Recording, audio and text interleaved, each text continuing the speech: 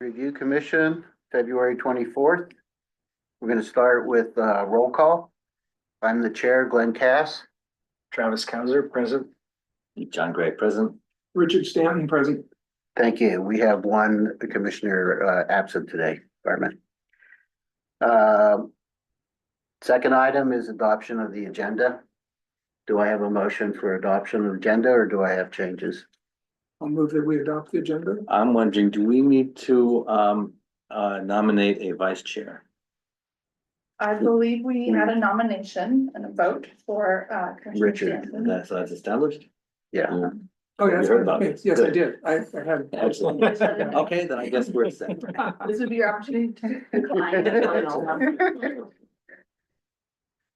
okay, so do I have a motion? I'll make a motion that we adopt the agenda. Second. Thank you. All in favor? Aye. Public comments. This is items that are not on the upcoming agenda under the purview of this commission. Do I have any raised hands on the internet? Okay, moving on. Consent calendar. We have one item, the draft minutes of meetings for January 27th. Do we have any changes or do I have a motion to adopt? Minutes look good to me. I'll move to adopt. Second. Thank you. All in favor? Aye. Aye. Thank you. I'll abstain. I missed the meeting. Okay. We have no study session items, no continuing public hearings. Our first new item today is item DR 19-24, B 13-24, TP 53-24.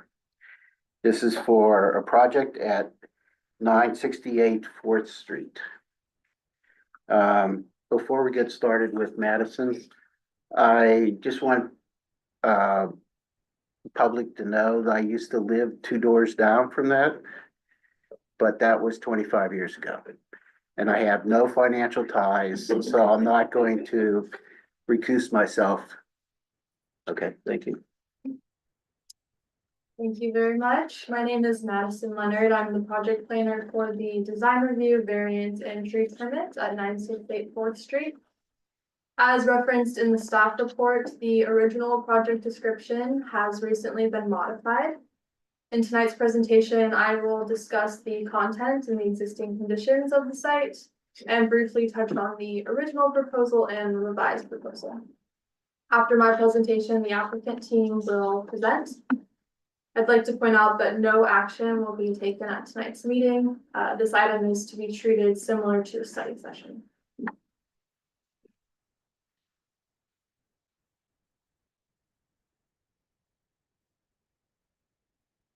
On the bottom left-hand corner of the screen, we have a vicinity map showing the sites on the south side of Mount Diablo Boulevard, located in the central portion of Lafayette.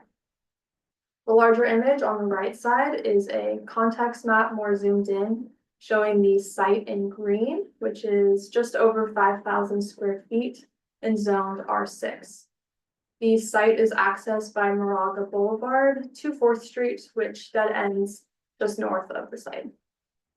I'd like to quickly point out that the existing lot is narrow and constrained.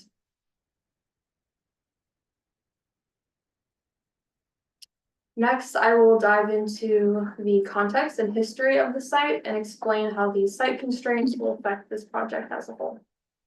But before I begin, I'd like to point out that the site plan shown on the screen has been reoriented, so north is now facing down. The first thing I'd like to point out is that this lot qualifies for Lafayette's zoning provision for reduced side setbacks. Because the lot was established prior to Lafayette's effective date of zoning and the front lot width is 35 feet, the side yard setback is an 8-foot aggregate with no side less than 3 feet. Additionally, the second thing I'd like to point out is the creek and the creek setback in the rear of the property, which restricts development.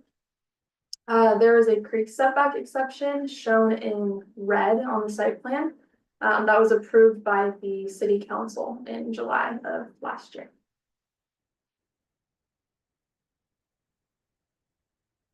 On screen, you will see the existing site survey, which shows the existing 647 square foot single-story house at the front of the lot.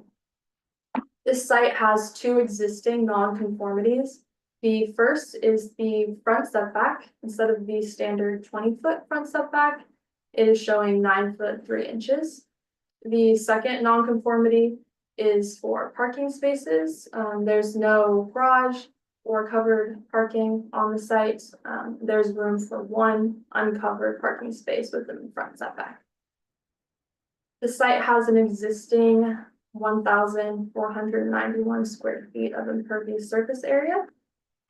Lastly, there will be 6 trees proposed for removal as part of the project, 4 of which are protected for construction of the home, and the site survey shows this as bolded X's.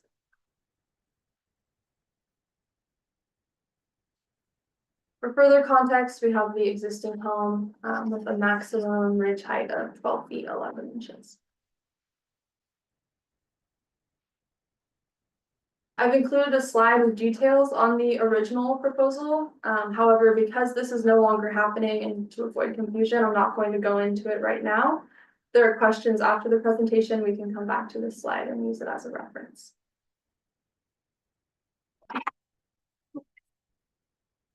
Next, I will discuss the revised proposal.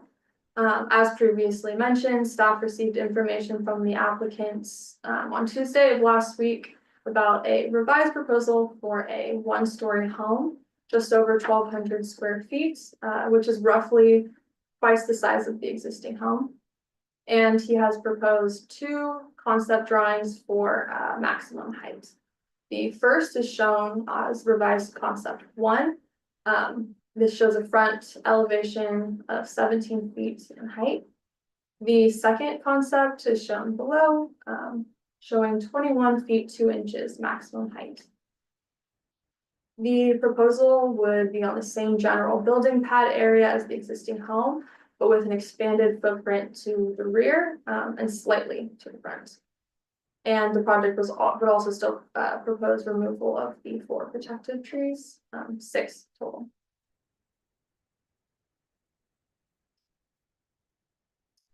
On screen, you will see the revised proposed site plan and floor plan combination, which is the larger image at the bottom. Also provided the existing site survey above as a reference, just to vaguely see how it would be changing. To accommodate the new single-story home, the front setback would be reduced to 9 feet 1 inch. There would also be no garage proposed as with this project, so the applicant has shown 2 parking spaces within the front setback area. Both of these features would require a variance. The original project was noticed to the 37 surrounding neighbors and also posted within the vicinity of the site at least 10 days prior to the hearing. There was 1 public comment received about the original proposal, which related to concerns with the tree removal and privacy impacts from the scale of the home. This public comment was added to the agenda late this afternoon. Information about the revised scope of the project was relayed to the public commenter, and they were also invited to attend tonight's meeting. Staff requests that the Design Review Commission review the revised proposal and provide feedback to the applicant. This is an informational item and no formal action will be taken. The revised proposal will be renoticed and considered at a future meeting. Thank you. Any comments for staff? Madison? I just have a question for clarification. The adjacent houses on that street, it looks like the majority of them have a similar, less than standard front setback. Is that correct? That is correct. I have one question on the 2 revisions. It's 1 story, so what is the window way up high? It just for light or? To my knowledge, I'm not sure what the purpose of the window would be, but maybe during the applicant's presentation, they can touch on that. Okay, thank you.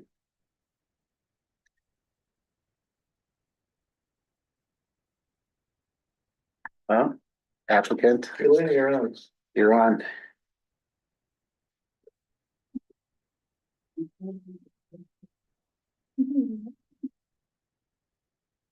So I'm gonna go over some notes because just want to make sure I cover everything, don't get super emotional.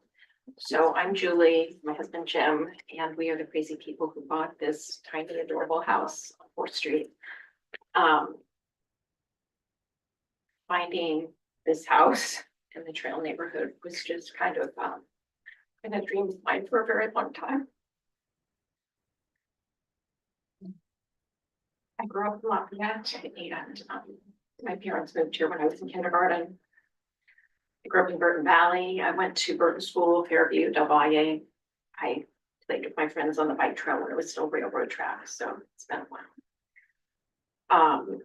When I grew up and left home, there was a brief period of time where I thought I got to get out of this small town, and then there was a very extended period of time following that where I couldn't wait to get back. And so here we are. Maybe for the last 15 years, Jim and I have been walking our dogs every Saturday and Sunday morning on the bike trail and talking about, you know, how amazing would it be to live in this neighborhood, to have such close proximity to downtown, to be able to walk out our front door, be on the trail, go to our favorite restaurants, go to the grocery store. And so during that time, we basically, and it's no exaggeration, we have looked at every house that's come on the market for the last 15 years. And we've been pretty much disappointed time and time again. Last year, in fact, there was a house that we were really focused on. We didn't end up getting it, and we kind of said, we're going to throw in this is just enough. Maybe this is a sign we shouldn't be doing this. We're going to throw in the towel. And, you know, lo and behold, like 2 days later, 4th Street came on the market. I said, oh, we're not even going to go look at it. But reluctantly we did. Everything kind of came together, and next thing we knew, we owned it, although it wasn't quite that easy. There was a lot that went on, but in any event, our bliss, you know, was kind of short-lived, because then we had to kind of grapple with reality of the constraints of this property. Our realtor, Dana Green, introduced us to a contractor who has done work in the area, who introduced us to Joseph and said, you know, he was someone who was very good at working with puzzle challenges, which is what we have here. And so when we first met, our idea was, I mean, this is our idea of our forever home, where we will, you know, be kind of our retirement home, if you will. And so we intended it to be a 1-story house. And we thought maybe we could do a 2-bedroom, 2-bath and 1-story, but it quickly became clear that with the constraints of the property and what we hoped to have in a house, that before we knew it, we were doing 2 stories. And we kind of ran with that. It certainly wasn't ideal. We were a little uneasy about it, but it just seemed like the only way to make things work on that lot. So we're on the calendar, obviously, and up until 2 or 3 weeks ago, that was our plan. But we had kind of a reality check recently when one of our dogs started to have trouble going up and down stairs. And we're like, man, by the time this house is built, they're not gonna be able to go down the stairs, but what about us? We're not getting any younger. Our idea of moving into this house is this would be our forever house. I call it our forever house. Jim calls it our drop dead house, meaning that when we leave, it will be feet first.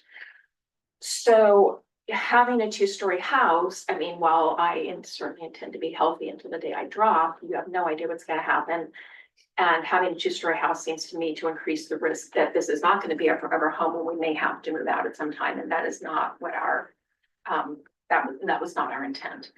So we called Joseph, apologized profusely, and said, we need to make this work as a 1-story house, even if it means that we need to kind of like reduce our expectations or make some big compromises in order to make it work. And so I think that we have come up with a plan that is workable, that we're excited about.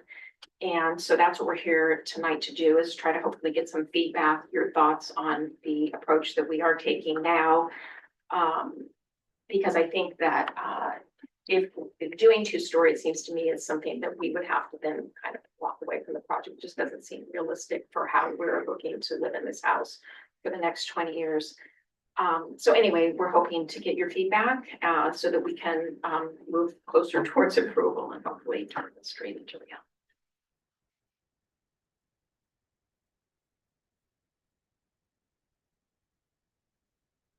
Joseph Gorney, architect. Thanks for coming out on a Monday for one small item. And we've been working with staff for almost a year, particularly when we had our Creekside setback. So we've taken a while to get here. So as the owners have said, it was a kind of a surprise to be this far along and have them, think about changing the program. Originally, when they came to me, they wanted a 1,400 square foot house, and which is like the smallest house I would have done like in the last 20 years or in my career. And, as we went on and on, we had talked to staff about not doing covered parking behind the setback. And I know that originally, I think it was Nicole that said that staff was not really very much in support of getting that variance. And so we decided to look at putting a garage, which kind of forced the house to be 2-story. And so now, we're looking at just doing both the parking spaces in the front and not doing the garage. You've already heard about the property difficulties. I mean, 35-foot wide, creek in the back, big trees. It's funny, we decided to put the 5-foot setback on the left side because there's a beautiful cork oak there that we want to preserve. We're actually thinking about in the 1-story, maybe pushing it back another foot to get a little more space on that side so it's clear where the entrance is. We had looked at doing side entry house earlier in the project and the owners didn't really like it that much. But, with a metal gate and some good landscaping to get in, I think it could work pretty well. There's a big 48-inch oak tree in the back that we're doing everything we can to save. I don't know if anybody's gotten there to look at the trees, but some of them are just twigs with a couple of leaves at the end. I mean, the property was quite overgrown before the original owners decided to sell it. And there are some trees in there that were pretty hacked up. And having talked to some of the neighbors, there's been a lot of trees in the neighborhood that have fallen over time and they've had some damage. And so most of the neighbors to us said they were pretty happy that we were taking those trees out. As far as that window up above, I didn't have a lot of time to redo the elevation. I was basically on the phone with Madison while I was doing it and needed to get to her in a half an hour. So I kind of kept the general look of the other house. And what we wanted to do as we looked at it was, sometimes when you do trusses, you do kind of a space in the middle just to get some storage up there. So we were going to do a stairway up for storage. And I figured if it's a big square in there, it just looked better to have a little window. I don't know if it's going to be that size or not, but we just thought architecturally, it looked better in the neighborhood to make it feel like a 2-story. The 17-foot house, it fits the rules. It wouldn't have to go through design review, but I just didn't like the look of it as much. So that's the reason why we came with the proposal. If we're going to come out to design review anyway, doing a taller roof and having it more in keeping with the designs of the other houses in the neighborhood, that kind of made sense. So really what I want to discuss today mostly is the variance for the property line. I mean, we are lined up with the other houses in the neighborhood, so I don't think that was going to be a huge issue. The variance for having 2 uncovered parking spaces within the front setback and also in the city right away. I mean, we've been around the neighborhood looking around. I mean, you know how it is. Nobody puts a car in their garage anyway. I do, but most people I know don't. I mean, there's gyms in those garages, there's offices, it's amazing. And I think right now with state law, you can turn your 1-car garage into a micro ADU if you really want to. So the whole idea of garages, and the owners are okay not having their car in a garage. And again, having the extra storage over the top, I think will help that. They have a beautiful 1-story house now with the library. It's just a gorgeous place in Orinda. And so the third one is on the design solution, 17 feet versus going taller. Again, I just put these together with the drawings I had. We'll put a little more time into the detail and the architecture before we come back if we decide to go with the taller one.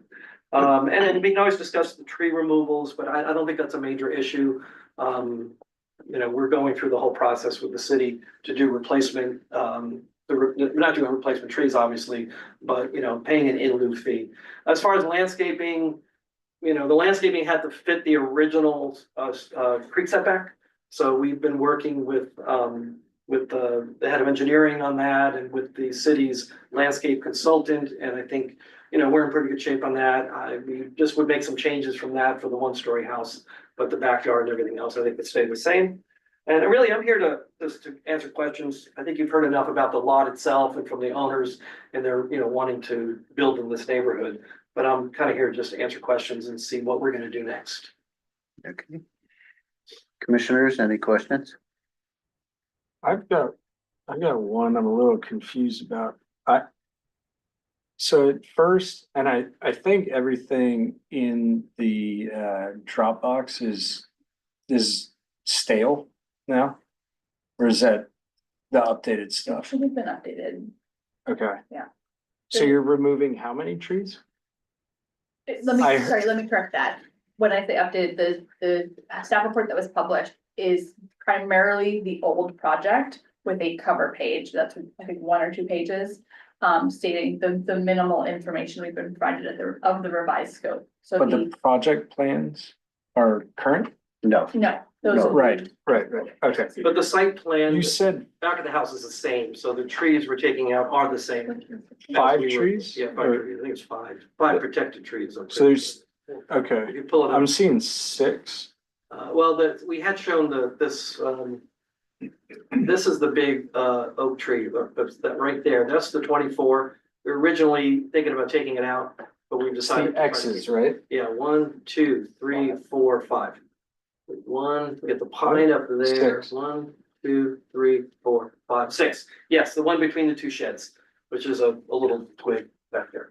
Yes. The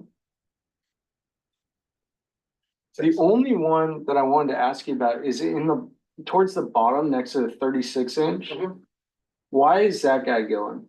This one, Yeah, that one, well, the house is basically coming to about here, and that's where that covered porch is, so that one, it actually, and also it goes, see. it grows this way. where, It grows this way and has kind of, it kind of comes up and goes that way, so it would be okay, basically in the house. that answers it. Yeah. From what I was looking at, it appeared to Yeah. just be out of the way, and I was Yeah. like, why? No, and it's one of those trees that it kind of comes up and has 3 leaves on the end. I don't know what they were thinking when they did those trees, but Yeah. there's not much there. Okay, That's the cork oak we're trying to save. right.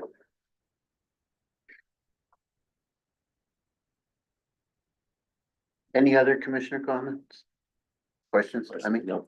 okay, any public comments?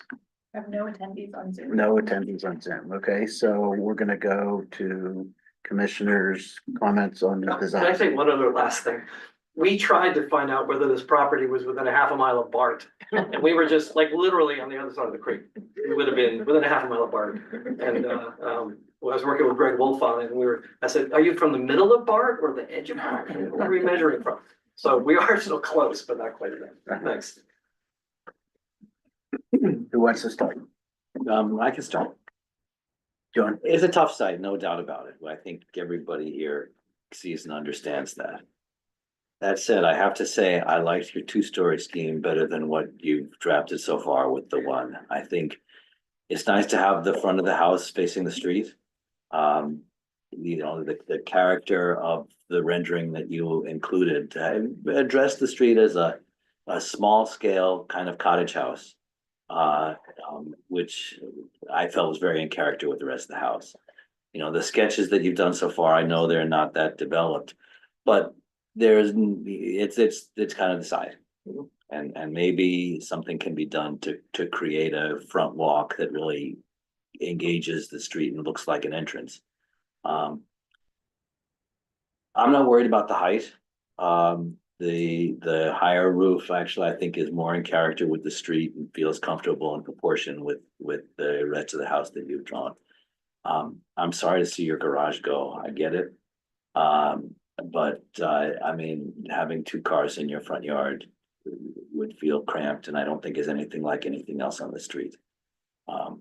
I know there's only one house across the street that has almost the same frontage as yours. And they have a garage. It takes up, much of their frontage.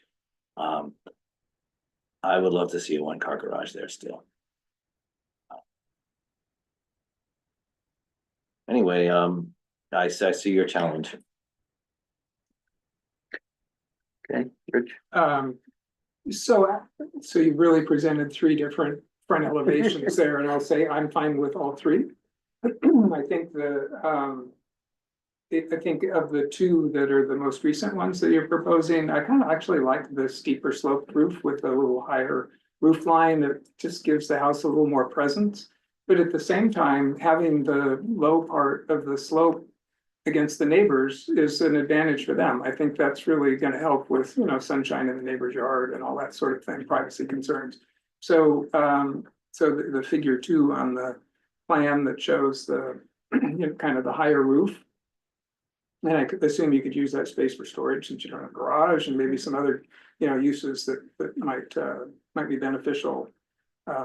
Considering that it's a fairly, you know, tight house. And as far as the cars go, well, that's what everybody does anyway. I don't know, I'm a little bit blasé about it. Just, you know, you walk through the neighborhood, there's cars parked in the driveways. That's what people do these days. And I don't have any, I mean, the trees need to come out in order to build the house. It's such a tight lot. I think that's just a sort of a given. So, yeah, I mean, for this stage of the design, I think colors and finishes and, you know, more information is needed to really give a final opinion on it, but those are my thoughts at the moment. No comments. I like the steeper roof, in more in character with the house across the street that has the high pitched roof. Yeah, I'm sort of like with John, I just, you know, the houses that were originally on Moraga Boulevard were 965 square feet and they had a 1-car garage. So it's possible to get it in to 1,200, 1,400 square foot, single family or 1-story facade. As far as landscaping, I would kill the cypress trees on the side. Yep. We're trying to have 5 foot of defensible space. And that's not gonna, I see why you put it in there, but I would get rid of them.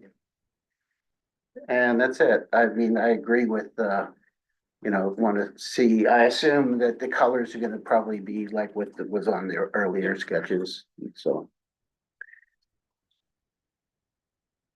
Can we reopen public hearing so I can ask, like, make a comment or ask a question? Sure. When the owners first told me what they wanted to do, I tried to get a house to work with a 1-bedroom in the front and a garage. And it was just, the bedroom wound up being like 12 feet by 10 feet, and the bathroom was 5 feet by 9 feet, and it had no closets. So it really was nearly impossible to get a decent house on there with a garage. So we're really pushing for the no garage, and that's kind of why, one of the reasons we're here is trying to, you know, kind of gauge the opinion about that. Now, we'll pull back with a wheel stop and put landscaping in front, and we can push the house back like a foot to get some more landscaping out there. But I'm also fine with the cypress trees. That was kind of a thing that came out of the design guidelines. But again, we've tried to get a garage on there, and it really didn't work. Thanks. Yeah, I mean, with 35 foot lot line, you know, you're gonna, everyone's parking on that street and you don't have much of in front of you to park on that street, but yeah. True. Okay, that concludes the study session. Thank you. Thanks. Last item today is art volunteer. I will volunteer for Friday. Commissioners' reports. Do we have any? None? Staff liaison reports? None? Adjournment? None? Thank you. Yeah, thanks. Thank you.